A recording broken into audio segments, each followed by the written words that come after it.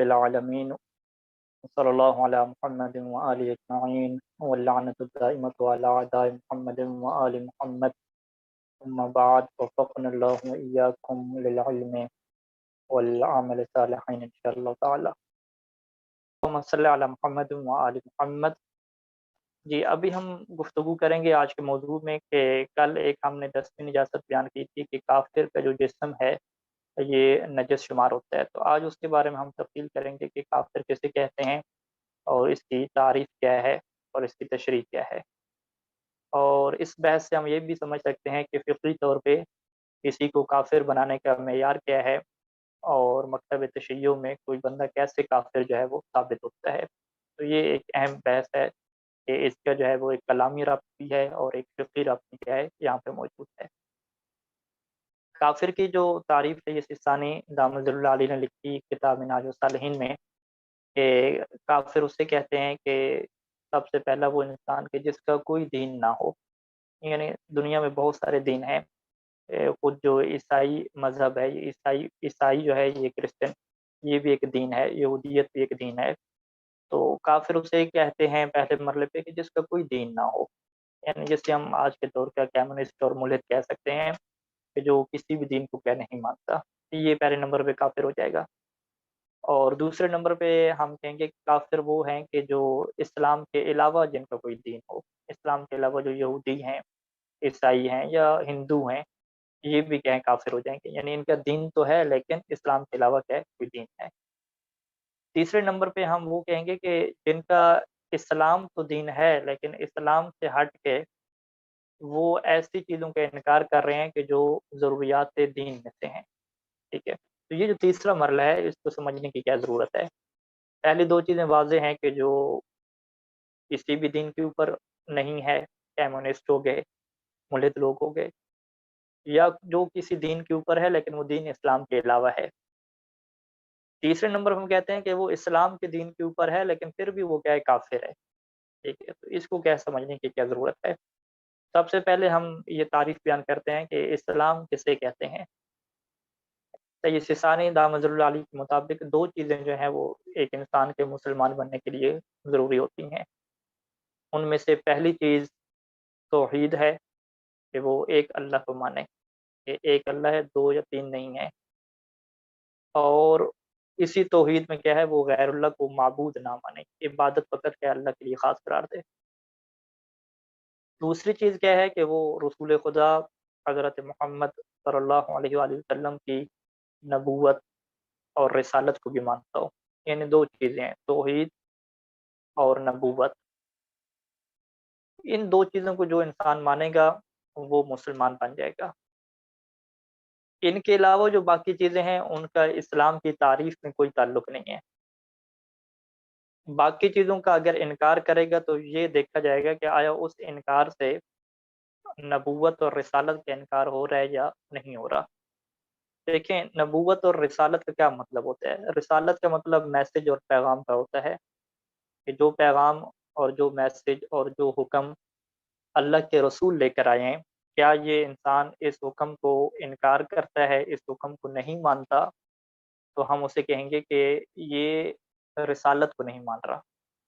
ہاں، اس سے ہم یہ کہتے ہیں کہ یہ رسالت کا منکر نہیں ہے، رسالت کو مان رہا ہے لیکن رسول کے اس حکم کو نہیں مان رہا، یعنی وہ تکذیب کر رہا ہے، جھٹلا رہا ہے، یعنی اللہ کے رسول کو وہ اپنے دیگر الفاظ میں یوں کہہ رہا ہے کہ ٹھیک ہے آپ اللہ کی طرف سے حکم لے کر آتے ہیں لیکن یہ والی جو بات آپ کر رہے ہیں اس میں آپ علیاذ باللہ جھوٹ بول رہے ہیں، اور میں آپ کو اس میں جھوٹا کہتا ہوں، اور آپ کی اس بات کو نہیں مانتا کہ یہ آپ اللہ کی طرف سے لے کر آئے ہیں، یہ آپ اپنی طرف سے کہہ رہے ہیں اور آپ کیا ہے علیاذ باللہ من ذالک اس بات میں کیا جھوٹے ہیں۔ ان مکمل جھوٹا نہیں کہتا، فقط ایک چھوٹی سی بات میں اللہ کے رسول کی کیا تکذیب کرتا ہے۔ تو اب یہ جو رسالت کو جھٹلانا ہے یعنی یہ دو طرح سے ہو گیا۔ ایک تو ہے کہ پوری رسالت کو جھٹلا دینا، یہ کہہ دینا کہ حضرت محمد صلی اللہ علیہ وآلہ وسلم اللہ کی طرف سے رسول نہیں تھے، کچھ بھی وہ اللہ کی طرف سے لے کر نہیں آئے تھے، تو یہ کیا ہو گیا کہ پوری رسالت کی انکار کر دیا۔ دوسرے مرحلہ پہ کیا ہے کہ نہیں، یہ ماننا کہ وہ اللہ کے رسول سے اللہ کی طرف سے لے کر آئے لیکن کچھ چیزوں میں کیا رسول سے اختلاف کرنا اور کہنا کہ یہ چیزیں کیا ہے آپ اللہ کی طرف سے نہیں لے کر آئے، ہم یہ چیزیں کیا ہے آپ کی نہیں مانتے۔ تو اس طرح کا رسالت کا جو انکار ہوگا، چاہے پوری رسالت کا انکار ہو جائے یا رسالت کے کسی ایک حصے کا انکار ہو جائے، اس سے انسان کیا ہو جاتا ہے؟ کافر ہو جاتا ہے۔ تو اب آپ کے سامنے کیا 2 چیزیں آئیں کہ ایک توحید آئی اور دوسری کیا نبوت یعنی رسالت آئی، چاہے رسالت کا مکمل انکار ہو جائے یا کچھ حصے کا کیا ہے انکار ہو جائے۔ اب یہاں پہ قیامت کہاں پہ گئی؟ ٹھیک ہے، کیونکہ ہم اصول دین میں کیا پڑھتے ہیں؟ توحید، نبوت اور عدل، یہ دین کے اصول ہیں اور 2 ہمارے کیا مذہب کے ہیں کہ یہ امامت ہوگی اور عدل ہوگی۔ تو یہ قیامت کیا ہے کہاں پہ گئی؟ اس قیامت کو کیا کہتے ہیں؟ ضروریات دین کہتے ہیں۔ ضروریات دین یعنی ایک اصطلاح آ گئی، ضروری، ضروریات یہ عربی کا لفظ ہے۔ عربی میں ضروری کا ایک معنی یہ بھی ہوتا ہے بدیہی اور واضح، کہ جو چیز بڑی واضح ہو اسے کیا کہہ دیا جاتا ہے؟ ضروری کہہ دیا جاتا ہے کہ ھذا امر ضروری او بدیہی، یوں کر کے کیا بولتے ہیں۔ تو وہ چیز کہ جو اسلام میں بڑی واضح ہے اور کلیئر ہے کہ یہ چیز اسلام میں ہے، جیسے قیامت کیا ہے اسلام میں ہے، جیسے ختم نبوت کیا ہے اسلام میں ہے، اسی طریقے سے جیسے نماز کا واجب ہونا اسلام میں ہے، جیسے روزے کا واجب ہونا اسلام میں ہے۔ یہ بہت ساری چیزیں ایسی ہیں کہ جو ضروریات دین ہے، کہ سنی ہو، شیعہ ہو، کوئی بھی فرد ہو، اگر وہ مسلمانوں سے تھوڑا سا تعلق رکھتا ہے، چاہے وہ مسلمان نہیں بھی ہے، تو اس سے یہ چیز پتہ چل جاتی ہے کہ یہ چیزیں ایسی ہیں کہ جو تمام مسلمانوں کے ہاں ثابت ہیں اور یہ واضح ہیں اور کلیئر ہیں کہ یہ لوگ ان چیزوں کو مانتے ہیں۔ اب یہ کیا ضروریات دین بن جاتی ہیں۔ تو ضروریات دین کا اگر کوئی انکار کرتا ہے تو کیا وہ کافر بنے گا یا وہ کافر نہیں بنے گا؟ تو اس میں سید سستانی رحمۃ اللہ علیہ کا یہ موقف ہے اور ان کے استاد کا بھی یہ موقف ہے اور باقی فقہا کا بھی یہ موقف ہے کہ اگر ضروریات دین کے انکار کی وجہ سے وہ رسالت کا انکار کر دے، یعنی رسالت کا انکار کرنے کا کیا مطلب ہے کہ اسے پتہ ہو کہ یہ بات رسول نے کہی ہے کہ قیامت آنی ہے، یہ بات رسول نے کہی ہے کہ آپ لوگوں نے نماز پڑھنی ہے، نماز آپ کے اوپر واجب ہے، اس کے باوجود وہ انکار کر دے، وہ کہہ دے کہ میں رسول کی اس بات کو نہیں مانتا، تو پھر تو وہ کیا ہو جائے گا؟ کافر ہو جائے گا۔ اور کافر ہونے کی وجہ کیا بنے گی؟ کہ کیونکہ اس نے رسالت کا کیا کیا؟ انکار کیا ہے۔ پوری رسالت کا نہیں کیا، چھوٹی سی ایک حصے کا کیا انکار کیا ہے۔ لیکن اگر وہ رسالت کا انکار نہ کرے، وہ کہے کہ نہیں رسول نے باتیں بالکل درست بیان کی ہیں، انہوں نے کوئی بات بھی کہ اپنی طرف سے بیان نہیں کی، وہ اللہ کے رسول ہیں، میں ان کی مکمل رسالت کو مانتا ہوں، لیکن یہ والی جو بات کہہ رہے ہیں نا، یہ آپ لوگ کہہ رہے ہیں، یہ رسول نے بات کہی نہیں ہے۔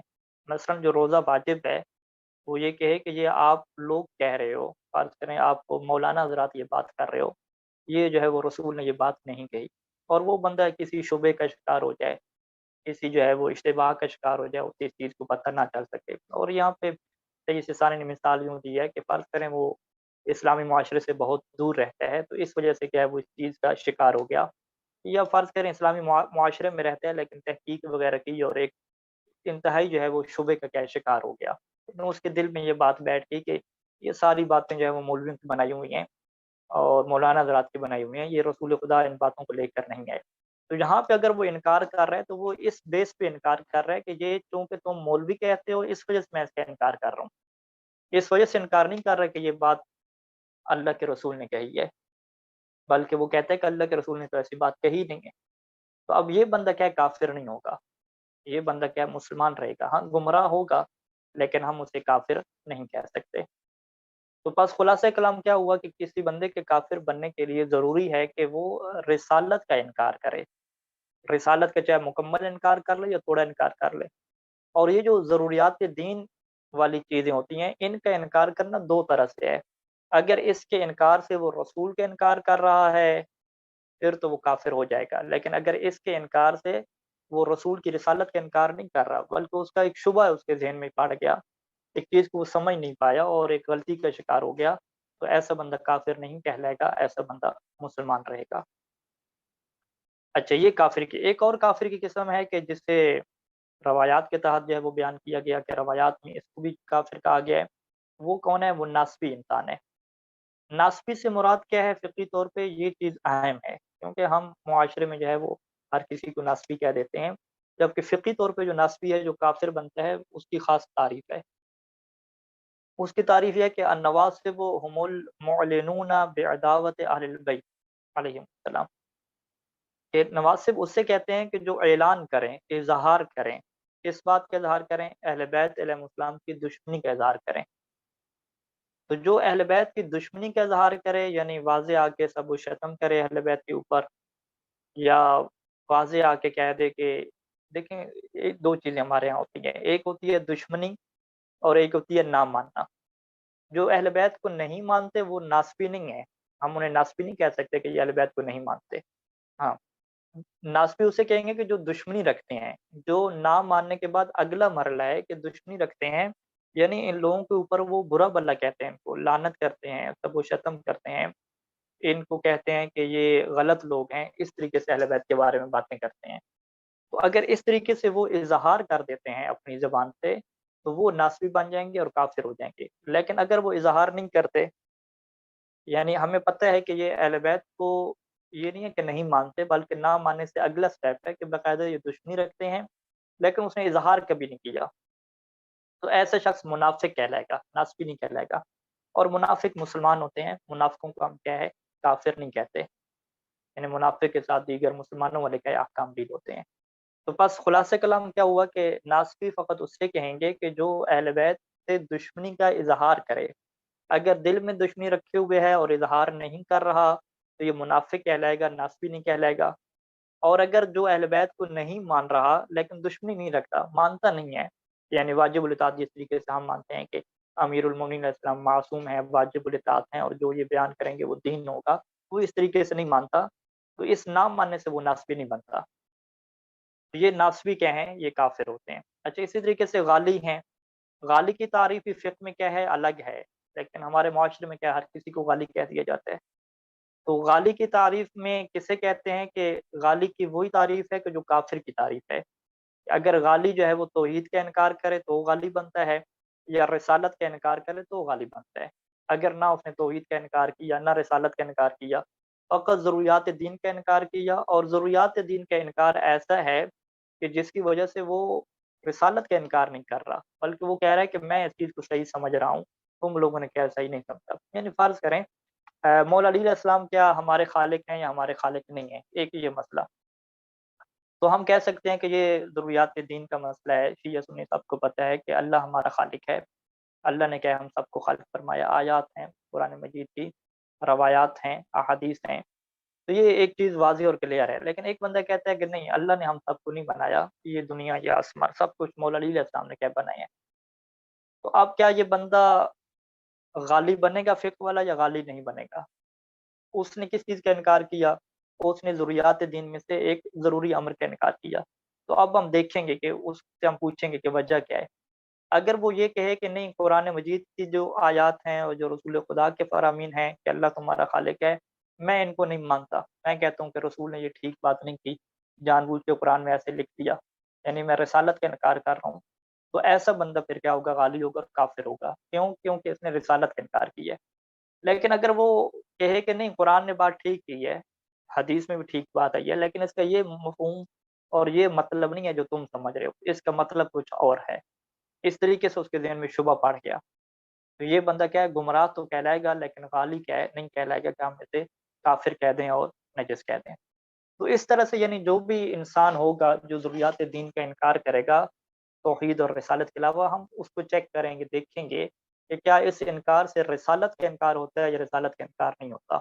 اگر رسالت کا انکار ہوگا تو وہ بندہ کافر کہلائے گا، وگرنہ وہ بندہ کافر نہیں کہلائے گا۔ اللہم صلی علی محمد وعلی محمد۔ یہاں تک گفتگو ہماری ہوتی ہے 10 نجاسات کے بارے میں مکمل ہوتی۔ اچھا، 10 چیزیں ہم نے یہ پڑھی کہ اللہ تعالیٰ نے 10 چیزوں کو جو ہے وہ نجس پیدا فرمایا ہے اور ان کی نیچر جو ہے وہ نجس ہے۔ اب ہم یہ چیزیں پڑھیں گے کہ چیزیں ہیں تو پاک، ٹھیک ہے، 10 کے علاوہ باقی چیزیں پاک ہیں، لیکن یہ نجس بن جاتی ہیں۔ نجس کیسے بنتی ہیں؟ جب وہ ان 10 نجاسات میں سے کسی نجاست کے ساتھ ٹچ ہوتی ہیں، لگتی ہیں، تو وہ نجس بن جاتی ہیں۔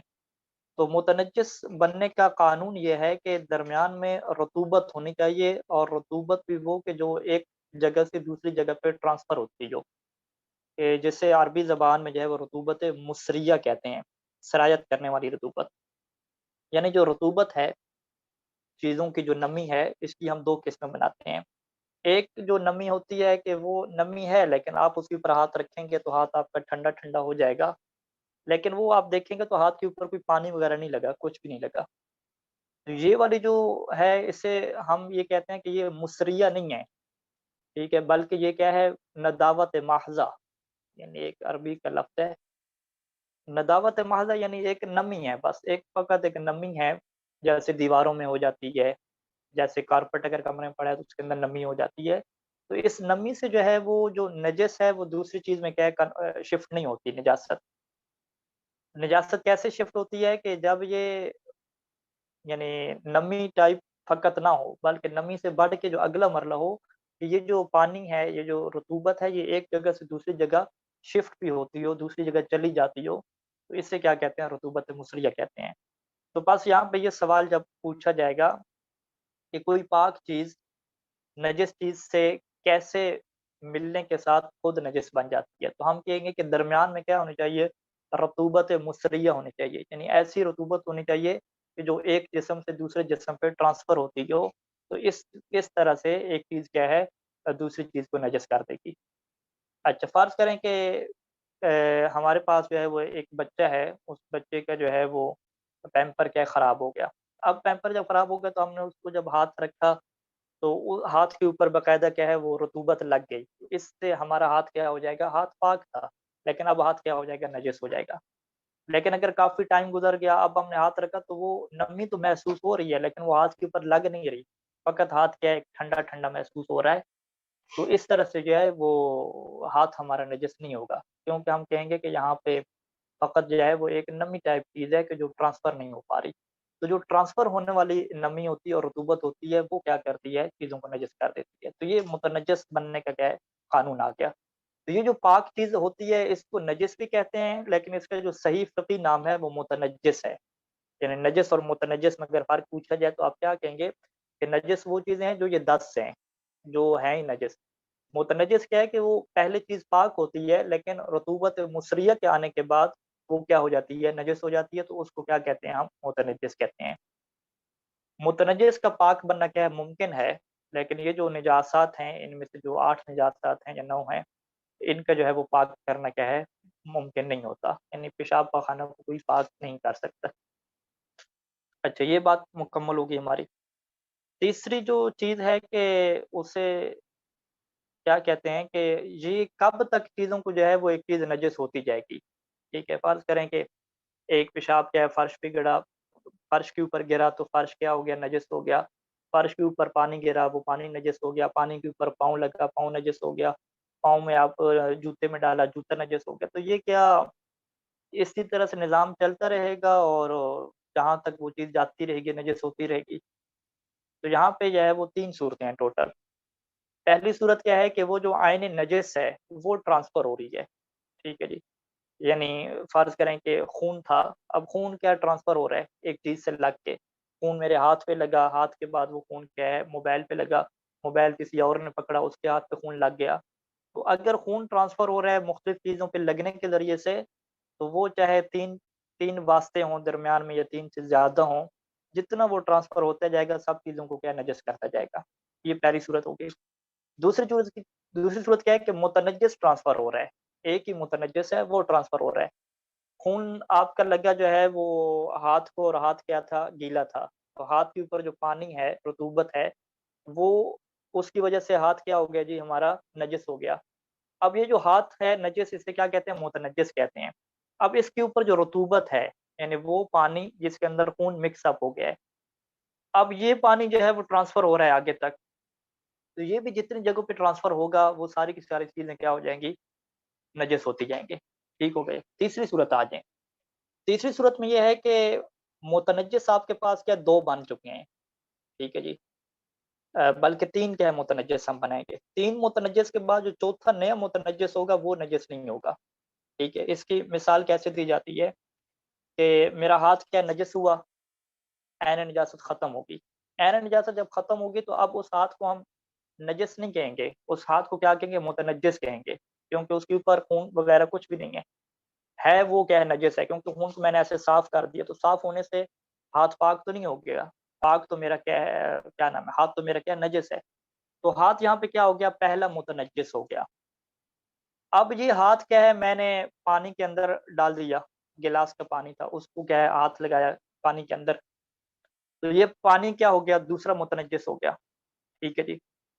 اب یہ جو پانی ہے ہم نے جو ہے وہ ایک اور پانی میں کیا مکس کر دیا، تیسرا پانی آ گیا، تو وہ جو تیسرا پانی ہے وہ تیسرا کیا ہو گیا، متنجس ہو گیا۔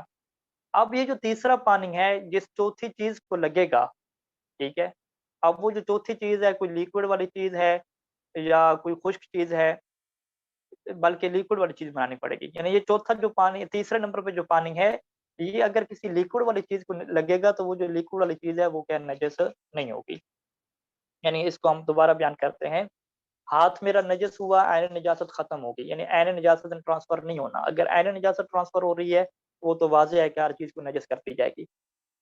ہاتھ نجس ہونے کے بعد پانی کیا ہے، نجس ہوا ہے گلاس کا، اب یہ والا گلاس کا پانی ٹرانسفر نہیں ہو رہا، بلکہ اس پانی نے دوسرے پانی کو کیا نجس کر دیا، تین متنجس الگ الگ ہو گئے، ہاتھ ایک متنجس، گلاس کا پانی متنجس سے ثانی، اور تیسرے نمبر پہ کیا ایک اور پانی ہے وہ کیا ہو گیا، تیسرا متنجس ہو گیا۔ اب یہ جو تیسرے نمبر والا پانی ہے یہ چوتھا متنجس کریٹ نہیں کر سکتا، یعنی کوئی چوتھی چیز ہو اس کو یہ متنجس میں کنورٹ کر دے، متنجس کریٹ کر دے، اس کے اندر یہ پھر صلاحیت کیا ہو جائے گی، یعنی قانونی طور پہ اس کے اندر یہ چیز کیا ہو جائے گی، ختم ہو جائے گی۔ اب یہ جو تیسرا پانی ہے اگر یہ دودھ میں گر جاتا ہے یا کسی جگہ پہ بھی گر جاتا ہے، یہ اس چیز کو کیا نجس نہیں کرے گا، یعنی اس کو آپ کیا کہیں گے کہ چیز خود تو متنجس ہے لیکن اگلی چیز کو کیا نجس نہیں کر رہی، تو یہ ایک فقہی مثال بن جائے گی کہ وہ کون سی ایسی مثال ہے کہ چیز تو خود نجس ہے کہ اگر آپ اس کو دیکھتے ہیں تو آپ کہتے ہیں کہ یہ چیز نجس ہے، اس کو ہاتھ لگاؤ گے ہاتھ بھی نجس ہو جائے گا، لیکن یہ مزید کوئی اور متنجس نہیں بنا سکتا، تو اس کو ہم کیا کہتے ہیں کہ تیسرا متنجس، کہ تیسرا متنجس ایک ایسا ہوتا ہے کہ جو چوتھے نمبر پہ متنجس کیا کریٹ ہمارے سامنے نہیں کر سکتا۔ ٹھیک ہو گیا جی، تو یہ ہم نے کیا ہے دو چیزیں یہاں تک کیا پڑھ لی، پہلی چیز کہ نجس سے متنجس بننے کا کیا قانون ہے، اس کا جواب کیا ہے کہ رطوبت مصریہ درمیان میں ہو، ایسی رطوبت ہو کہ جو ٹرانسفر کرنے والی ہو۔ دوسرا ہم نے یہ قانون بنایا کہ کیا جب بھی ٹرانسفر ہوتی رہے گی ایک چیز تو کیا ہر چیز متنجس بنتی جائے گی، ہم نے کہا کہ ہاں ہر چیز بنتی جائے گی، لیکن تیسرا جو متنجس ہے وہ چوتھا متنجس کیا کریٹ نہیں کر سکتا، وہ چوتھا متنجس کیا نہیں بنا سکتا، ہاں تیسرا متنجس جہاں جہاں پہ جائے گا وہ چیز نجس ہوتی جائے گی، لیکن تیسرے کے بعد چوتھا کوئی متنجس ہمارے پاس بن جائے، ایسی چیز کیا ہمارے پاس نہیں ہے اور یہ نہیں بن سکتی۔ اچھا، یہ دو چیزیں کیا ہے واضح ہو گئی ہیں، یہاں تک ہماری بات کیا ہے نجاسات کے متعلق یعنی جو خبث ہے اس کے متعلق مکمل ہوتی ہے۔ اب اگلا مرحلہ یہ آتا ہے کہ یہ جو چیز متنجس ہو گئی ہے کیا اس سے دوبارہ پہلے والی حالت پہ لے کر جانا، یعنی اسے پاک بنانا، کیا یہ ہمارے لیے ممکن ہے یا ممکن نہیں ہے، اس کو کیا کہتے ہیں، تطہیر کہتے ہیں، ٹھیک ہے جی، تطہیر کرنا یعنی چیزوں کو کیا پاک بنانا، اسی کو ہم طہارت بھی کہتے ہیں۔ تو کیا متنجس چیز کو پاک ہم کر سکتے ہیں یا پاک نہیں کر سکتے، تو یہاں پہ سب سے پہلے جو ہے کچھ قواعد ایسے ہیں کہ جن کا جاننا کیا ضروری ہے، اور اس کے بعد کیا ہم طریقے کی طرف کیا آئیں گے۔ ان قواعد کے ذریعے سے یہ طے ہو جاتا ہے کہ کون سی چیز شریعت میں متنجس اور نجس کہلاتی ہے اور کون سی چیز نجس نہیں کہلاتی۔ اچھا، سب سے پہلے جو ہے وہ ہمارے پاس کیا ہے، قاعدہ استصحاب ہے، ٹھیک ہے جی، قوانین ہیں، یہ قوانین کیا ہے ہمیں آگے جا کے کیا کام دیں گے۔ استصحاب کا کیا قانون ہے، استصحاب کا قانون امام جعفر صادق علیہ السلام نے تعلیم دیا تھا اور اس کے اوپر فقہاء نے بڑی بڑی کتابیں لکھی۔ یہ قانون یہ تھا کہ امام نے کہا کہ جو تمہارا ایک پہلے یقین ہوتا ہے، تمہیں یقین ہے کہ یہ کپڑا میرا پاک تھا، یہ مثال ہوگی، اب اس یقین کے بعد تمہارے اوپر کیا ہے، شک کی کیفیت آتی ہے کہ پتہ نہیں اب یہ چیز نجس ہو گئی دوبارہ یا نجس نہیں ہو گئی، تو امام نے یہ فرمایا تھا کہ کبھی بھی اپنے یقین کو شک کے ذریعے سے نہیں توڑ سکتے تم، لا تنقض الیقین بالشک، کہ اپنے یقین کو شک کے ذریعے سے نہیں توڑنا، تو یہ قاعدہ استصحاب ہمارے پاس آ گیا، اس کا نام استصحاب رکھا فقہاء نے کہ پہلی حالت کیا ہو، یقین والی ہو، اس کے بعد دوسری جو حالت ہے وہ شک والی ہے، تو آپ شک کی پرواہ نہیں کریں گے، جو یقین والی کنڈیشن اور حالت ہے اسی کو کیا رکھیں گے، کنٹینیو کریں گے، اسی کو جاری رکھیں گے۔ اس کی ہم اب دو کیا مثالیں آپ کے سامنے ذکر کرتے ہیں۔ پہلی مثال کہ میرے کپڑے پاک تھے، نجس نہیں تھے، متنجس یعنی نہیں تھے، یہ پاک کپڑے کیا ہے میں نے دھوبی کو دیے دھونے کے لیے، مجھے پتہ ہے کہ وہاں پہ کافروں کے کپڑے بھی دھلتے ہیں، بہت سارے لوگوں کے کپڑے دھلتے ہیں، لیکن مجھے یقین نہیں ہے کہ کیا میرے کپڑے بھی نجس ہوئے ہیں یا نجس نہیں ہوئے، ہو سکتا ہے کہ نجس نہ ہوئے ہوں، ہو سکتا ہے پانی پریشر سے وہ نجس ہی نہ ہوئے ہوں، ہو سکتا ہے یہ جب کٹھے دھو گئے ہوں تو اس کے اوپر نجاست لگی نہ ہو، ٹھیک ہے، ایک شک والی صورتحال ہے، 100% یقین والی نہیں ہے، کیونکہ میں نے جا کے دیکھا نہیں ہے۔ تو جب مجھے یقین تھا کہ کپڑے پاک ہیں اور دوبارہ شک ہو رہا ہے کہ نجس ہوئے ہیں یا نہیں ہوئے، تو اب یہ جو بعد والی شک والی حالت ہے میں اس کو یقین سے نہیں توڑ سکتا۔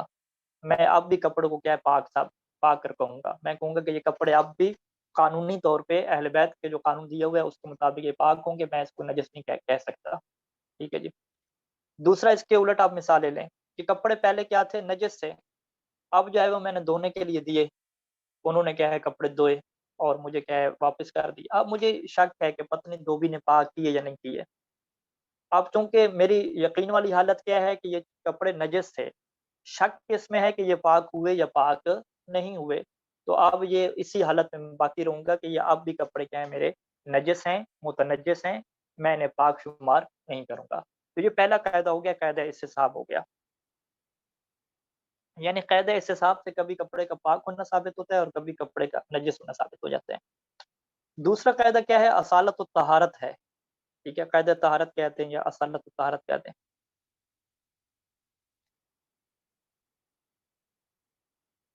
اصالت الطہارت میں کیا ہوتا ہے کہ جو گزشتہ حالت ہے یقین والی وہ نہیں ہوتی، یعنی شروع سے ایک چیز کیا ہے کنفیوز آ رہی ہے، شروع سے کیا شک ہے، یعنی کوئی کپڑے پڑے ہوئے تھے کوئی جوتے پڑے ہوئے تھے، مجھے شک ہے کہ پتہ نہیں یہ نجس ہوئے یا نجس نہیں ہوئے، یا پہلے سے پتہ نہیں پاک تھے یا پاک نہیں تھے، یعنی کوئی پہلے والی حالت بھی نہیں ہے کہ میں کہوں کہ پہلے تو کیا ہے کم از کم بائی ڈیفالٹ تو یہ کیا ہے پاک تھے، ابھی دوبارہ کیا ہے مجھے شک پڑ رہا ہے کہ نجس ہوئے یا نجس نہیں ہوئے، یعنی کچھ بھی نہیں پتا، کسی نے آ کے کپڑے دیے، کوئی فرش میں نے گیلا دیکھا، مجھے نہیں پتا کہ پہلے کیا تھا، تو اب میں اس کو کیا سمجھوں گا پاک سمجھوں گا، اس کو میں نجس نہیں سمجھوں گا۔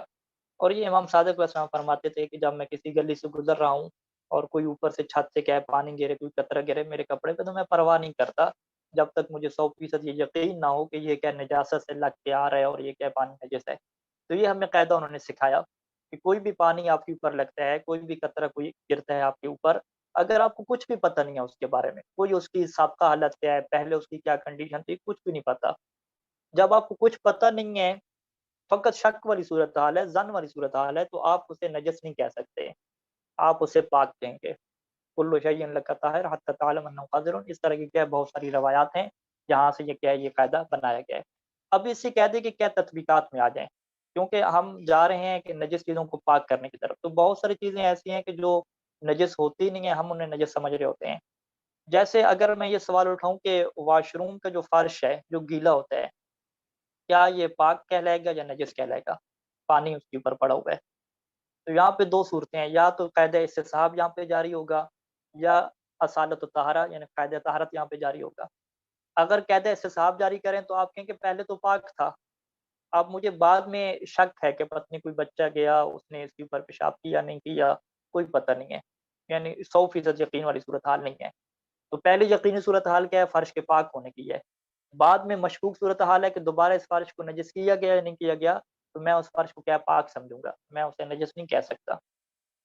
اچھا اسی طریقے سے ایک اور بندہ ہے کہ اس سے پہلے کی پتہ نہیں ہے، ٹھیک ہے، کسی کے واش روم میں گیا، اس سے پتہ نہیں ہے کہ یہ جو ان کا فرش ہے پاک ہے یا نجس ہے، کچھ بھی نہیں پتا، تو وہ بھی اس کو کیا سمجھے گا پاک سمجھے گا۔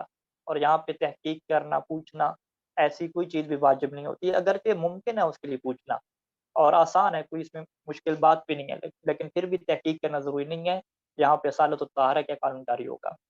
لہٰذا واش روم کے فرش کو نجس شمار کرنا اور بیسن کو نجس شمار کرنا یہ ایسی چیزیں ہیں کہ جو ہماری شکیات ہیں ظنیات ہیں کہ جن کی بنیاد پہ ہم اس چیز کو نجس کہہ رہے ہیں، لیکن فقہ اہل بیت میں وہ چیز نجس نہیں کہلاتی، کیونکہ نجس تب کہلاتی ہے کہ جب آپ کو 100% یقین ہو جائے کہ اس کے اوپر پیشاب گرا ہے اور اسی جگہ پہ گرا ہے جس جگہ پہ آپ نے پاؤں رکھا ہوا ہے، تو ایسا کسی کو کیا یقین نہیں ہوتا، تو لہٰذا وہ چیز کیا رہتی ہے پاک رہتی ہے۔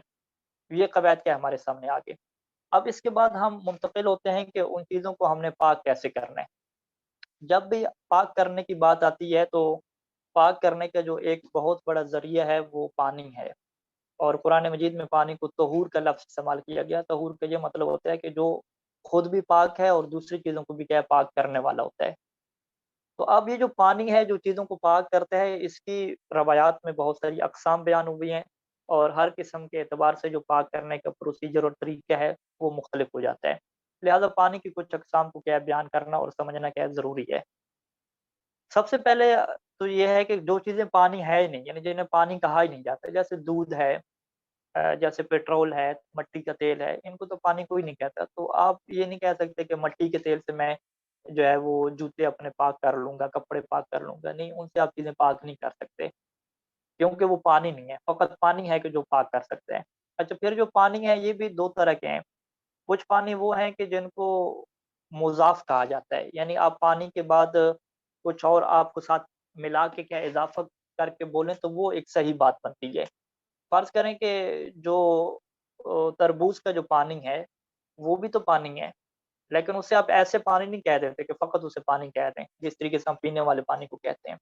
اس کے لیے صحیح جملہ کیا بنتا ہے؟ تربوز کا پانی، کہ تربوز کا جو پانی ہے وہ کیا ہے جی، کہیں گے تو وہ کیا بنے گا؟ مضاف بنے گا۔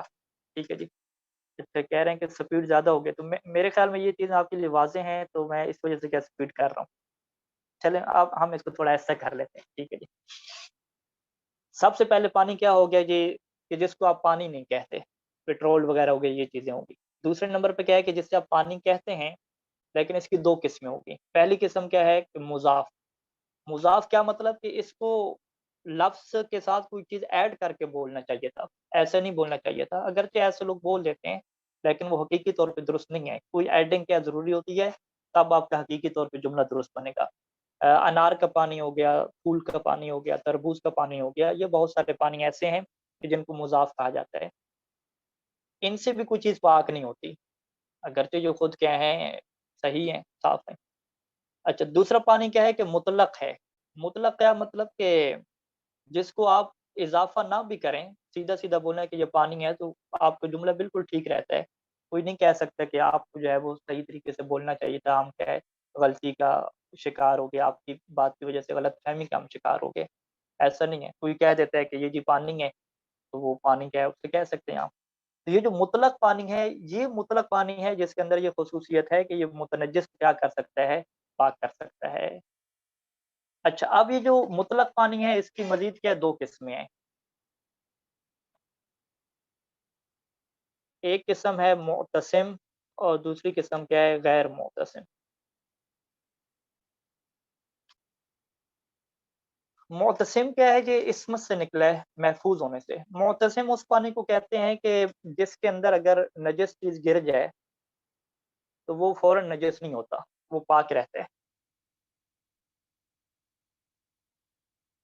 اور غیر معتصم کسے کہتے ہیں کہ جیسے ہی نجس اس کے اندر کوئی چیز گرے گی تو فوراً کیا ہو جائے گا؟ نجس ہو جائے گا۔ یہ جو معتصم پانی ہے یہ کب نجس بنتا ہے؟ جتنی نجاست اس کے اندر ڈالتے رہیں وہ پاک ہی رہے گا ہمیشہ؟ کہتے ہیں نہیں، اس کے نجس ہونے کی ایک ہی صورت ہے کہ اگر اس کا رنگ، ایک چیز، دوسری چیز یا لگیں گے، یا اس کی بو، یا اس کا ذائقہ، ان تین چیزوں میں سے کوئی ایک چیز نجاست کی وجہ سے تبدیل ہو جائے تو پھر یہ نجس ہوگا، وگرنہ اگر اس کے اندر کوئی چینجنگ نہ آئے، یعنی نجاست اس کے اندر گری، نجاست کی وجہ سے نہ اس کا رنگ تبدیل ہوا، نہ اس کی بو چینج ہوئی، نہ اس کا ذائقہ چینج ہوا، تو وہ پانی کیا رہے گا؟ پاک رہے گا، فوراً نجس نہیں ہوگا۔ جبکہ جو غیر معتصم پانی ہوگا وہ فوراً نجاست گرتی جائے تو اگرچہ اس کا رنگ بو ذائقہ کچھ بھی تبدیل نہیں ہوا، تو پھر بھی آپ کیا کہیں گے کہ یہ چیز، یہ کیا ہے؟ نجس نہیں ہے، یہ کیا ہے؟ پاک ہے۔ معتصم پانی کون سے ہوتے ہیں؟ سب سے پہلے کیا ہے کہ پر پانی، ٹھیک ہے، ہمارے پاس دو پانی ہے، ایک پر ہے، ایک خلیل ہے، ٹھیک ہے جی۔ یہ جو پر پانی ہوتا ہے 284 لیٹر، یہ اتنی زیادہ مقدار میں پانی ہے، اس کو کیا کہا جاتا ہے؟ معتصم کہا جاتا ہے۔ یعنی اگر گھر کی ٹینکی ہے اور گھر کی ٹینکی میں کیا ہے کوئی چھپکلی کیا مر جائے، چھپکلی اگر مر جائے تو کیا وہ نجس ہوگا پانی یا نہیں ہوگا؟ ہم کہیں گے کہ چھپکلی تو ویسے بھی کیا پاک ہے، اس کا جو مردار ہے وہ پاک ہے کیونکہ وہ کوئی زندہ نہیں رکھتی۔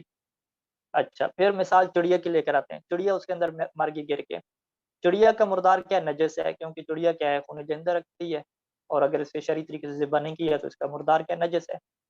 تو چڑیا اس کے اندر مر گئی تو کیا پوری ٹینکی کا پانی نجس ہو جائے گا؟ ہم کہیں گے نہیں، کیونکہ ٹینکی کا پانی کر ہے اور کر پانی معتصم ہوتا ہے، اور معتصم پانی فوراً نجس نہیں ہوتا۔ آپ اس پانی کا کیا رنگ بو ذائقہ دیکھیں گے، اگر اس میں کوئی چینجنگ آئی ہے تو ٹھیک، پھر نجس ہوگا۔ اگر کوئی چینجنگ میں نہیں آئی، نہ اس کا رنگ چینج ہوا، نہ بو چینج ہوئی، بس چڑیا کو نکال لیں گے تو پانی کیا پاک رہے گا، نہ بھی نکالیں تو پانی کیا رہے گا، پاک رہے گا۔ اچھا، کر کی مقدار کتنی ہے؟ کر کی مقدار 384 لیٹر ہے، میرے ذہن سے اشتباہ ہو رہا ہے۔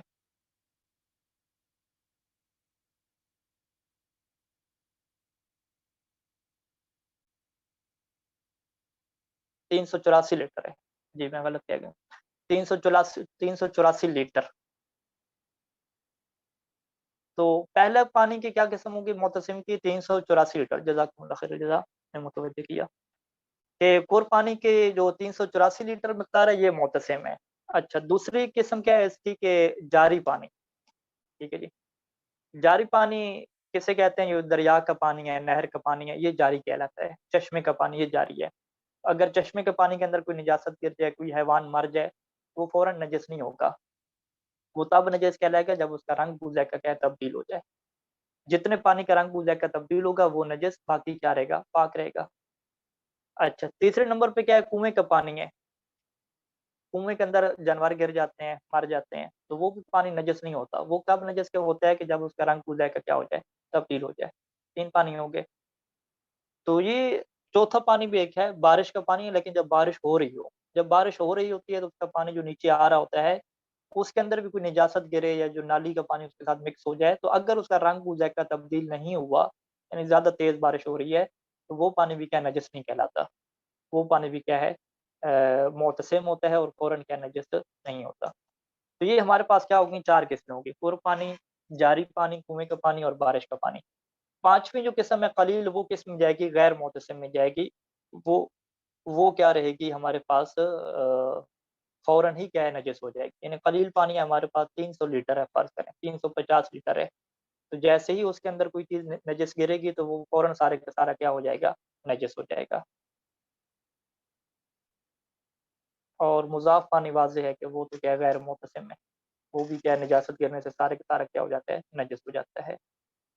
اچھا، پانی کی یہ اقسام ہمارے یہاں پوری ہوئی، اور ایک اور قسم ہے اور پھر اگلی بحث ہے۔ چلیں، یہاں تک گفتگو کافی تیز ہوگی اور لمبی ہو گئی، کہ جس کا میں خلاصہ عرض کر کے کیا آپ کی زحمت کو تمام کرتا ہوں کہ آج کی گفتگو میں پہلے نمبر پہ ہم نے تکفیر کی بحث کی کہ کافر کسے کہتے ہیں۔ دوسرے نمبر پہ جو بحث ہوئی کہ ایک پاک چیز کیسے نجس بن جاتی ہے، اس کے لیے جو فقہی لفظ ہے متنجس، اس کا ہم نے قانون پڑھا۔ تیسرے نمبر پہ ہم نے یہ پڑھا کہ متنجس کیا مسلسل کریٹ ہوتے رہتے ہیں، بنتے رہتے ہیں، یا کسی جگہ پہ کوئی سٹاپ پوائنٹ بھی ہے، تو ہم نے کہا کہ تیسرا متنجس چوتھا متنجس نہیں بنا سکتا، یہ قاعدہ ہم نے پڑھا۔ 3 چیزیں ہوگی۔ اس کے بعد ہم نے 2 کیا ہے فقہی قاعدے آپ کے سامنے رکھے، قاعدہ استصحاب اور رسالت الطہارت، 2 قاعدے ہو گئے۔ اس کے بعد 5ویں نمبر پہ جو ہے وہ پانی کی اقسام کیا ہے آپ کے سامنے رکھی۔ یہ کلی چیزیں آ گئی ہیں، اب اس کے اندر کیا ہے تفصیلی ایک بحث ہونے والی ہے، انشاءاللہ وہ اگلے درس میں کیا حاضر ہوگی۔ تو ان اگر قواعد کو آپ دوبارہ سنیں اور صحیح طریقے سے لکھ لیں اور قابو کر لیں تو ساری جتنے بھی مثالیں ہیں نجاست طہارت کی، وہ آپ کی سب کیا ہو جائیں گی؟ حل ہو جائیں گی اور آسان ہو جائیں گی۔ اللہم صلی علی محمد وعلی محمد۔ درس کے متعلق اگر سوال ہو تو خدمت حاضر ہے۔ السلام علیکم آغا، غیر معتصم جو آپ نے اس کی 2 بتائی تھی کائنڈز، وہ بتا دیں دوبارہ سے۔ جو مطلق پانی ہے، مطلق پانی کی 2 قسمیں ہیں، پہلی قسم معتصم اور دوسری قسم غیر معتصم، یعنی پانی معتصم ہوگا یا غیر معتصم ہوگا۔ یہ تو پتہ ہے، یہ معتصم کا لفظی معنی کیا ہے؟ یہ اسمت سے عاصمہ، عین صاد میم، عاصمہ اسمت۔ اسمت کیا ہوتا ہے؟ بچہ رہنا، معصوم پانی۔ آپ اس کے نام اپنے رکھ لیں، ایک ہوتا ہے معصوم پانی، ایک ہوتا ہے غیر معصوم پانی۔ معصوم پانی کون سا ہوتا ہے کہ اس کے اندر نجاست گر بھی جائے تو وہ نجس نہیں ہوتا، پاک ہی رہتا ہے۔ یہ اصل میں اہل بیت علیہ السلام کی روایات کے الفاظ ہیں جو فقہ میں کیا فقہا نے استعمال کیے۔ معتصم کا جو لفظ ہے یہ روایت میں کیا استعمال ہوا ہے۔ جی جی، وہ میرے خیال میں ایک عباسی خلیفہ بھی کوئی گزرا ہے معتصم باللہ، شاید اسی کو مجھے یاد آ گیا بندوں کو مطلب. بندوں کے نام تو ہیں ہی صحیح، یعنی بندوں کے حج کے خود پانی کے لیے بھی یہ لفظ کیا استعمال کیا ہے. ایک تو متعلق تھا اور ایک اور بھی تھا نا، متعلق پانی کے علاوہ. السلام علیکم. اگر سوال آپ سے یہ ہے کہ چلیں ٹینکی ہوگی یا کوئی پانی جتنا بھی ہے اس میں اگر کوئی چڑیا وغیرہ مر گئی ہے تو وہ تو چلو پاک ہے، لیکن اگر ہم وہاں سے دیکھیں ہائیجینک طور پر تو جراثیم تو ہوتے ہیں نا، تو وہ پانی تو پھر پیا یا پھر استعمال تو نہیں کر سکتے نا. جی، اس سوال کا جواب واضح ہے کہ ہم نے کہا ہے کہ نجاست ایک امر اعتباری ہے، قانونی چیز ہے. تو آپ لیبارٹری میں چیک کروا لیں گے تو اس کے اندر ذرات ہوں گے ہر جگہ پہ، لیکن ہم نے کہا ہے کہ کیونکہ یہ قانونی چیز ہے، جیسے اہل بیت کہیں گے ویسے ہم نے ماننا ہے. تو اہل بیت نے کہا کہ ہاں یہ والی جو پانی ہے یہ کیا پاک رہے گا، نجس نہیں رہے گا. آپ کہیں گے کیسے پاک ہے؟ میں لیبارٹری میں چیک کروایا، جو گلاس آپ پی رہے ہیں پانی اس کے اندر کچھ نہ کچھ ذرات اس کے موجود ہیں. تو ہم کہیں گے نہیں، اگر وہ ذرات آپ کو آنکھوں سے نظر نہیں آ رہے وہ پاک ہیں، حلال ہیں آپ کے لیے، آپ کھا سکتے ہیں. تو ایک قانونی چیز ہے، اعتباری چیز ہے. اس کو اگر حقیقی چیز ہوتی تو پھر آپ کا سوال ٹھیک تھا، آپ سوال کر سکتے تھے. لہٰذا پہلے مرحلے پہ ہم نے یہ درس آپ کو دیا کہ یہ اعتباری چیزیں ہیں، قانونی چیزیں ہیں، اس میں ہم نے اطاعت کرنی ہے بس، اور کچھ بھی نہیں ہے اس میں. ہاں اگر آپ کہتے ہیں کہ وہ زہریلا پانی ہو چکا ہے تو پھر تو وہ الگ طرح کا مسئلہ ہے کہ زہریلا پانی پینا اور خود کو بیمار کر لینا اور کیا کہتے ہیں کہ خودکشی کر لینا، یہ تو جائز نہیں ہے، وہ ایک الگ حکم ہے. پانی زہریلا نہیں ہوا، ویسے اس کا ذائقہ چینج ہو گیا ہے، اور اس طریقے سے ذائقہ، ہاں اگر اس کا ذائقہ چینج ہو گیا پھر تو وہ بات آئے گی کہ وہ نجس ہو جائے گا، کیونکہ پانی میں اگر ذائقہ چینج ہو جاتا ہے اس کا تو وہ معتصم پانی بھی کیا ہو جاتا ہے، نجس ہو جاتا ہے. اچھا، دوسرا سوال یہ بنتا ہے کہ اب ایک انسان اگر کہیں گلی سے جا رہا ہے اور اوپر سے پانی اس پہ گر جاتا ہے، چلو اسے نہیں پتا کہ پانی پاک ہے یا نجس ہے، لیکن وہ اب کہتے ہیں شک میں ہے. اب اس سے اتنا تو اس پر ذمہ داری بن رہی ہے کہ بھائی جا کر کسی کنفرم کروا لو کہ پانی کی کنڈیشن کیا آیا واقعی ناپاک تھا، یا بندہ وہ کہے نہیں جی ضرورت ہی نہیں مجھے پتہ کرنے کی، بس میں اس کو پاک ہی ہاں سمجھتا ہوں. ضرورت، یعنی امام صادق علیہ السلام نے یہ فرمایا کہ ضرورت نہیں ہے پتہ کروانے کی، آپ پتہ کروائیں نہیں اس کا. اور بلکہ وہ جو ایک ہمارے پاس مسئلہ ہے، طہارت کا مسئلہ نہیں ہے، اس کا تھا قصاب حضرات کا مسئلہ تھا کہ مسلمانوں کے بازار سے آپ خریدتے ہیں تو وہاں پہ کچھ لوگ تحقیق کرتے تھے کہ پتہ نہیں یہ ذبح ٹھیک کیا نہیں کیا. تو امام فرماتے ہیں کہ یہ خوارج لوگ ہیں کہ جنہوں نے اپنے اوپر مشکل پیدا کر لی ہے اور اس طرح کی تحقیقیں کر رہے ہیں.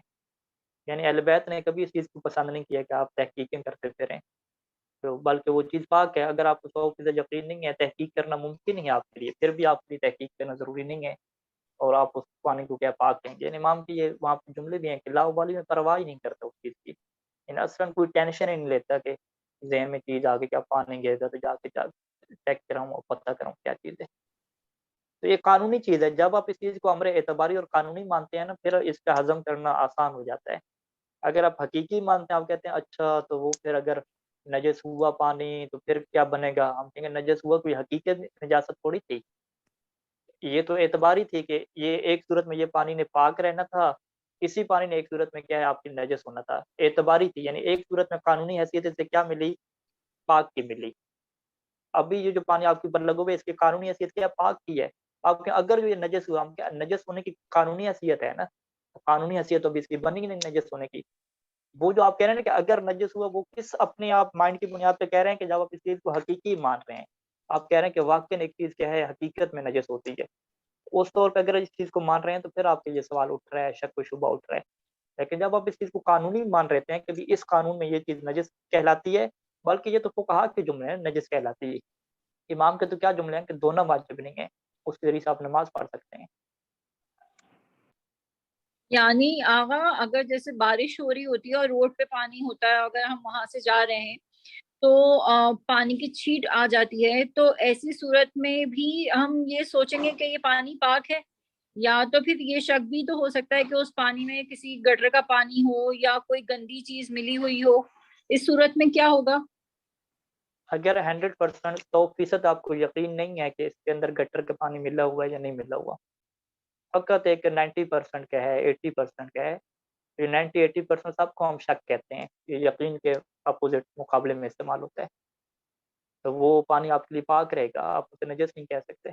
ہاں، اگر آپ کو 100% یقین ہو گیا اور آپ نے دیکھ لیا کہ گٹر کا پانی ہے اور یہ اس کے اندر مل چکا ہے، اور ملنے کی وجہ سے جو بارش کے پانی کا جو کلر ہے وہ بھی گٹر کے پانی کی وجہ سے خراب ہو چکا ہے، کلر خراب ہو چکا ہے، جو اس کے اندر بدبو آ رہی ہے گٹر کے پانی کی، تو پھر وہ نجس کہلائے گا، وگرنہ پھر بھی وہ، یعنی آپ واضح طور پہ دیکھ رہے ہیں کہ گٹر کا پانی اس کے اندر مکس ہو رہا ہے، لیکن اس کے باوجود جو بارش کا پانی ہے اس کے اندر کوئی تبدیلی نہیں آ رہی، رنگ بوجھا کا اس کا چینج نہیں ہو رہا، تو چونکہ بارش کا پانی معتصم ہے وہ نجس نہیں بنتا، باوجود اس کے کہ نجاست اس کے اندر ہے، جیسے چڑیا مری ہوئی اس کے اندر تھی، یہ پانی کیا رہے گا؟ پاک رہے گا۔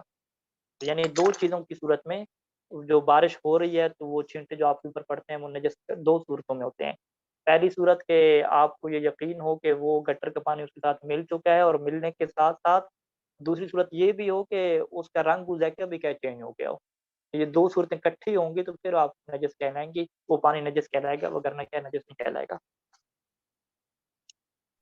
اچھا آغا، اگر ٹینکی میں پانی کم ہے شروع میں اور اس کے اندر کوئی چیز مر جاتی ہے اور بعد میں پانی لگاتے ہیں ہم اور ٹینکی فل کر لیتے ہیں، تب وہ 384 لیٹر ہو جاتی ہے مکمل، پہلے نہیں تھی، تو وہ بعد کا پانی آ کے وہ بھی کیا نجس شمار ہوگا کہ اس نے اب جی پاک کر لیا؟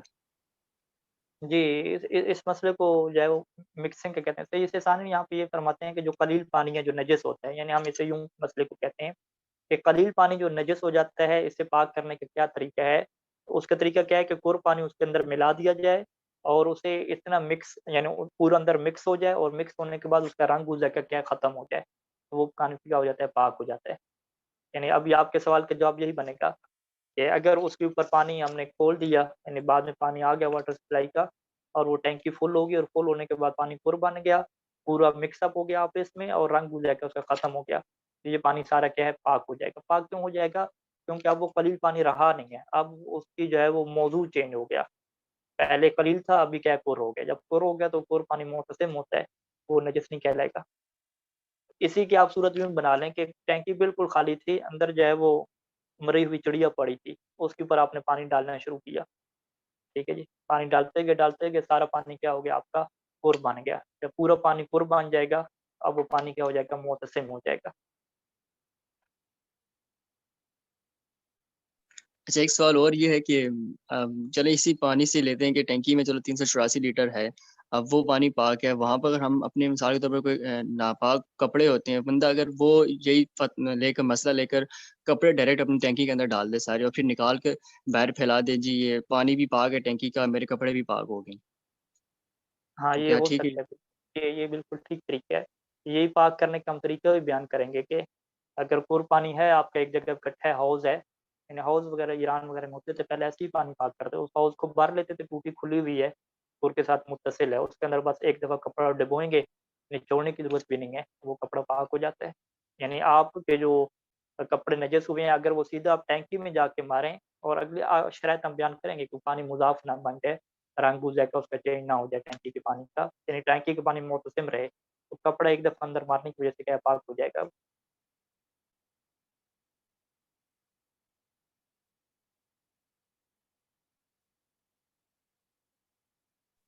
پھر گھر والوں کو کہہ سکتے ہیں کہ آپ یہ ٹینکی سے آپ پانی پینے کے لیے بھی استعمال کر سکتے ہیں، کوئی مسئلہ نہیں ہے؟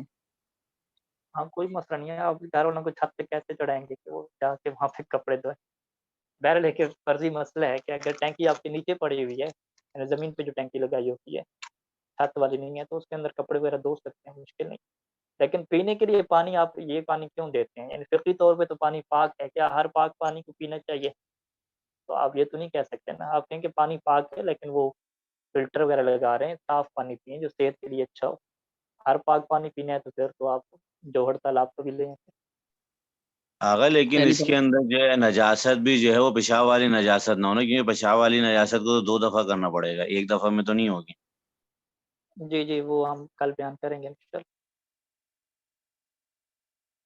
صحیح کہہ رہے ہیں حسن صاحب۔ اگر بات پھر وہیں پہ آگے رکی ہے کہ ہائیجینک طور پر ہمیں دیکھنا پڑے گا، پھر اگر ٹینکی پہ ہے تو پھر آپ ہر وہ پاک چیز کو اپنی تو نہیں پی اپنی سکتے۔ صحت کی خاطر دیکھنا پڑے گا، نماز کے لیے نہیں دیکھنا پڑے گا، نماز آپ پڑھ لیں اسی کے ساتھ، نماز میں کیا مشکل ہے؟ نجاست طہارت کا مسئلہ نماز کے لیے ہے نا، ویسے تو انسان نجس کپڑے پہن کے بیٹھا رہے، نجس جگہ پہ بیٹھا رہے، اس میں تو کوئی گناہ تو نہیں ہے نا۔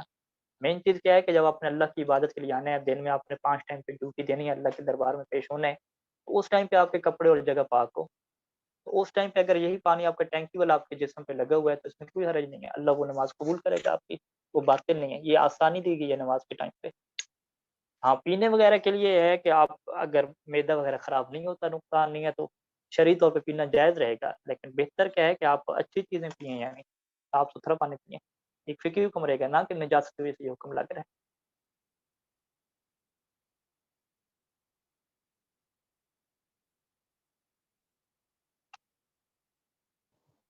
جی السلام علیکم۔ وعلیکم السلام۔ سب سے پہلا جو سوال ہے وہ ایک اصطلاح کے مطابق ہے کہ نجس اور متنجس میں کیا فرق ہوتا ہے، نجس اور متنجس میں کیا فرق ہوتا ہے، اگر کوئی یہ بیان کر دے آپ میں سے۔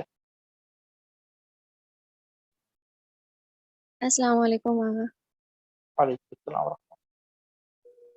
آغا جو نجس چیز ہوتی ہے وہ بذات خود نجس ہوتی ہے، جس کا پاک ہونا بالکل ممکن نہیں ہے، اور جو متنجس ہوتی ہے وہ پہلے جو ہے وہ پاک ہوتی ہے، لیکن نجس چیز کے ملنے سے پھر وہ نجس ہو جاتی ہے، اسے ہم اصطلاح میں متنجس کہتے ہیں، اور یہ پاک ہو سکتی ہے، یعنی پہلے والی حالت میں اسے لایا جا سکتا ہے۔ ٹھیک ہو گیا جی وہ۔ اچھا ایک اور اصطلاح استعمال ہوتی ہے کہ ضروریات دین کا منکر۔ سب سے پہلے تو یہ بتائیے کہ ضروریات دین کا کیا مطلب ہے، اور پھر ضروریات دین کا کیا منکر کافر بن جاتا ہے۔ ان دو سوالوں کے جواب دینے ہیں ایک ہی بندے۔ السلام علیکم آغا۔ علیکم السلام۔ ضروریات کا جو لفظ ہے آپ نے بتایا تھا ضروری سے نکلا ہے، یعنی عربی میں اس کا مطلب ہے بہت واضح ہے، یعنی وہ افعال جو دین کے لیے ضروری ہیں تو ضروریات دین کہلاتے ہیں، جیسے نماز کا فرض ہونا، روزہ وغیرہ۔ اور ضروریات دین کا انکار کرنے والا کافر اس وقت ہوتا ہے جب اگر وہ ضروریات دین کا انکار کرے، اس کے ساتھ وہ رسالت کا بھی انکار کرے، یعنی کہ وہ کہے کہ یہ رسول پاک صلی اللہ علیہ وسلم نے نہیں فرمایا، تو وہ کافر ہو جائے گا، کیونکہ اس نے رسول خدا صلی اللہ علیہ وسلم کے فرمان کا انکار کر دیا ہے۔ جی ٹھیک ہو گیا۔ اس دوسرے حصے کو کوئی اور بیان کرے مزید واضح الفاظ میں کہ ضروریات دین کا منکر کب کافر کہلاتا ہے۔ السلام علیکم آغا۔ ضروریات دین کا انکار کافر بنے گا جب وہ نبوت اور رسالت کا انکار کرے گا اور وہ اس میں تکذیب کرتا ہو، یعنی کہ نبی صلی اللہ علیہ وسلم کے جو تعلیمات ہیں اس پہ وہ کرے اور اس کا وہ انکار کرے، تو تب وہ ہے جو ہے نا وہ کافر کہلایا جائے گا۔ یعنی ایک بندہ فرض کر، میں آپ کے سامنے ایک مثال رکھتا ہوں، ایک بندہ جو ہے وہ حجاب کا انکار کر دیتا ہے، وہ کہتا ہے کہ میں جو ہے وہ حجاب کو نہیں مانتا کہ اسلام میں جو ہے وہ حجاب ہے، تو کیا یہ بندہ ضروریات دین کا انکار کر رہا ہے اور کافر ہوگا یا نہیں ہوگا؟ نہیں آغا یہ کافر نہیں ہوگا، وجہ کیونکہ اس نے اس سلسلے میں رسالت سے انکار نہیں کیا، مطلب اس نے نبی صلی اللہ علیہ وسلم کی کسی تعلیم کا انکار نہیں کیا یا ان کا اس حکم کا انکار نہیں کیا جو پروردگار کی طرف سے آیا ہو، ان کی وحی کا انکار نہیں کیا، تو اس چیز سے وہ کافر نہیں ہوگا۔ نہیں، وہ کہہ رہا ہے میں اسلام کی اس چیز کو نہیں مانتا، میں جی رسول کی آغا، اس بات کو نہیں مانتا۔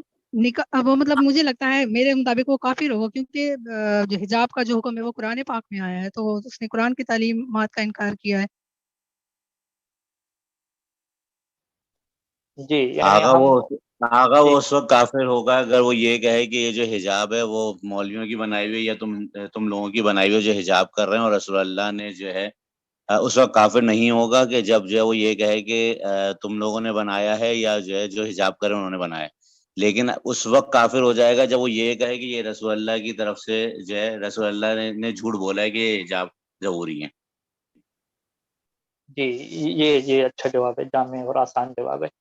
اگر وہ یہ کہتا ہے کہ یہ تم مولویوں کا بنایا ہوا دین ہے پھر تو یہ کافر نہیں ہوگا۔ اگر وہ کہے کہ نہیں یہ قرآن میں ہے اور رسول نے یہ فرمایا ہے لیکن میں رسول کی بات کو نہیں مانتا، میں قرآن کی اس بات کو نہیں مانتا، تو وہ کافر ہو جائے گا۔ اور عام طور پہ جو اس طرح کے لوگ باتیں کرتے ہیں تو وہ اتنی جرت نہیں رکھتے میرے خیال میں کہ وہ یہ کہیں کہ ہم قرآن اور رسول کی بات کو نہیں مانتے۔ وہ زیادہ سے زیادہ یہ کہتے ہیں کہ یہ جو ہے وہ تم مولانا حضرات کے تجزیے ہیں کہ یہ چیز واجب ہے، یہ چیز واجب اور ضروری نہیں تھی، ایک بس ثقافت اور تہذیب کا حصہ تھی، اس سے زیادہ کچھ نہیں تھا۔ تو یعنی وہ اس چیز کو جو ہے وہ اپنی تحقیق میں لے جاتے ہیں اور شبے کا اس میں شکار ہو جاتے ہیں، اس وجہ سے وہ کافر نہیں بن پاتے۔ جی یہ سوال آپ کا واضح ہو گیا۔ اچھا اسی طریقے سے ایک اور ہم سوال آپ کے سامنے رکھتے ہیں کہ ایک بندہ یہ کہتا ہے کہ میرے خالق جو ہیں وہ مولا علی علیہ السلام ہیں اور میرے جو رازق ہیں وہ بھی مولا علی علیہ السلام ہیں۔ تو اب یہاں پر بھی وہ ضروریات دین کا انکار کر رہا ہے، کیونکہ یہ خالق اور رازق جو ہے وہ اللہ تعالیٰ کی ذات ہے، جبکہ وہ کہہ رہے ہیں کہ نہیں جی مولا علی علیہ السلام نے ہمیں پیدا کیا ہے اور تمام دنیا کو جو رزق بانٹ رہے ہیں وہ بھی مولا علی علیہ السلام ہے۔ تو کیا یہ بندہ کافر ہوگا یا کافر نہیں ہوگا؟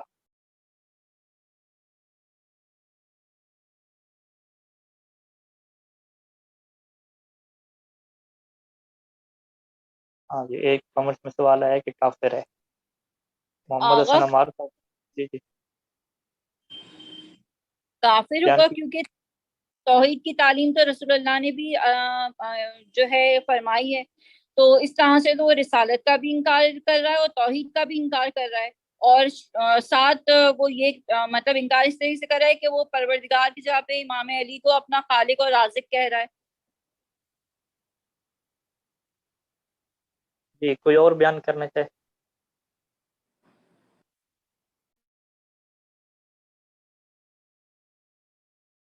جی محمد باقر صاحب آج خاموش ہیں، آپ کچھ بیان کیجیے۔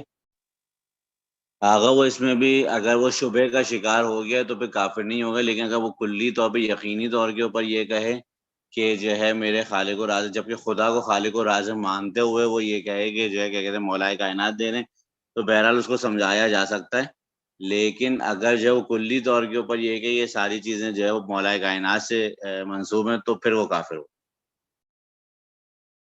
جی محمد باقر صاحب آپ بیان کیجیے۔ اگر وہ مطلق وہ مانتا ہے مولا علی کو مطلب خدا، تو پھر ایک الگ چیز ہے، مطلب اس میں رازق اور ساری چیزیں، اگر مولا یہ وہ کہتا ہے کہ اللہ نے ان کو کیا ہے کہ وہ رازق بن جائیں، تو پھر ایک الگ بات ہے، وہ پھر کافر نہیں ہے۔ نہیں، جو اللہ نے ان کو دیا ہے اور وہ اللہ کے اذن سے رازق اور خالق ہیں، اس میں یعنی شرک والی بات تو نہیں ہے۔ ہم نے یعنی شرک کا سوال نہیں اٹھایا، ہم نے کہا کہ یہ شرک والی بات نہیں رہتی، لیکن بہرحال یہ بات غلط رہتی ہے اور ضروریات دین کے خلاف رہتی ہے کہ اللہ نے ان ہستیوں کی یہ ڈیوٹی نہیں لگائی کہ یہ لوگوں کو خلق کریں اور لوگوں کو کیا رزق دیتے رہیں، یعنی یہ بات ضروریات دین کے خلاف ہے، شرک والی بات نہیں ہے۔ اب یہ کس کیٹیگری میں جا رہی ہے کہ ضروریات دین کا منکر کیا کافر ہوتا ہے یا نہیں ہوتا، تو ہم یہی اس کے سامنے چیز رکھیں گے کہ کیا تم قرآن اور رسول کے فرمان کو نہیں مانتے کہ اللہ تمہارا خالق ہے اور اللہ ہی تمہارا رازق ہے؟ تو اگر وہ جج سے یہی کہہ دے کہ جی میں قرآن اور رسول کی حدیث کو نہیں مانتا، اگر وہ یوں کہہ دے تو پھر تو وہ کافر ہو جائے گا۔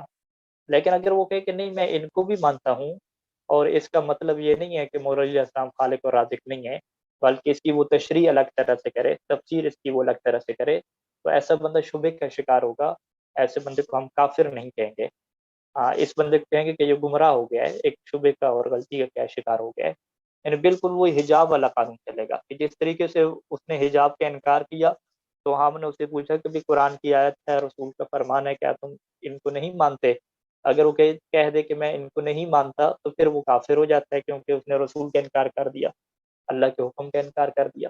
لیکن اگر وہ کہے کہ نہیں اس کا یہ مطلب نہیں ہے کہ وہ جیسا تم سمجھ رہے ہو، بلکہ اس کا مطلب کچھ اور ہے، یعنی الگ طرح کی وہ شرح اور اس کی تعویل رکھتا ہو، تو پھر یہ بندہ کیا ہے کافر نہیں بنے گا۔ بالکل یہی کیس جو ہے وہ خالق اور رازق میں آپ ڈالیں گے کہ جب وہ کہہ رہا ہے کہ جی اللہ نے ان کو خالق اور رازق بنایا ہے اور یہ اللہ کے اذن سے ایسا کر رہے ہیں، تو یقیناً یہ شرک تو نہیں ہے، لیکن ضروریات دین کا یہ انکار ہے۔ جب یہ ضروریات دین کا انکار ہے تو پھر ہم اس سے یہ پوچھیں گے کیا تم قرآن اور حدیث کو نہیں مانتے، رسول کے فرمان کو نہیں مانتے؟ تو اگر وہ کہے کہ مانتا ہوں لیکن اس کا یہ مطلب نہیں ہے، تو پھر وہ کافر نہیں ہوگا، بس وہ کیا ہے گمراہ ہوگا۔ اور عام طور پہ جس طریقے سے ہم نے حجاب کے متعلق کہا کہ کوئی بندہ اس طرح کی جرت نہیں کرتا کہ وہ کہے کہ میں رسول کو نہیں مانتا، خالق اور رازق میں بھی یہی چکر ہے کہ کوئی اس طرح کی جرت نہیں کرتا کہ وہ کہے کہ میں قرآن مجید کی آیات کو نہیں مانتا یا رسول کو نہیں مانتا، بلکہ وہ ان کی کیا ہے الگ ایک تعویل کرتا ہے، ایک الگ کیا تفسیر کرتا ہے۔ تو اگر واقعاً وہ دلی طور پہ مطمئن ہے اور ظاہری طور پہ ہم اس کو دیکھیں گے کہ ظاہری طور پہ وہ ایک شبہ بیان کر رہا ہے، دلیل بیان کر رہا ہے، تو ہم اسے کیا کافر نہیں کہہ سکتے۔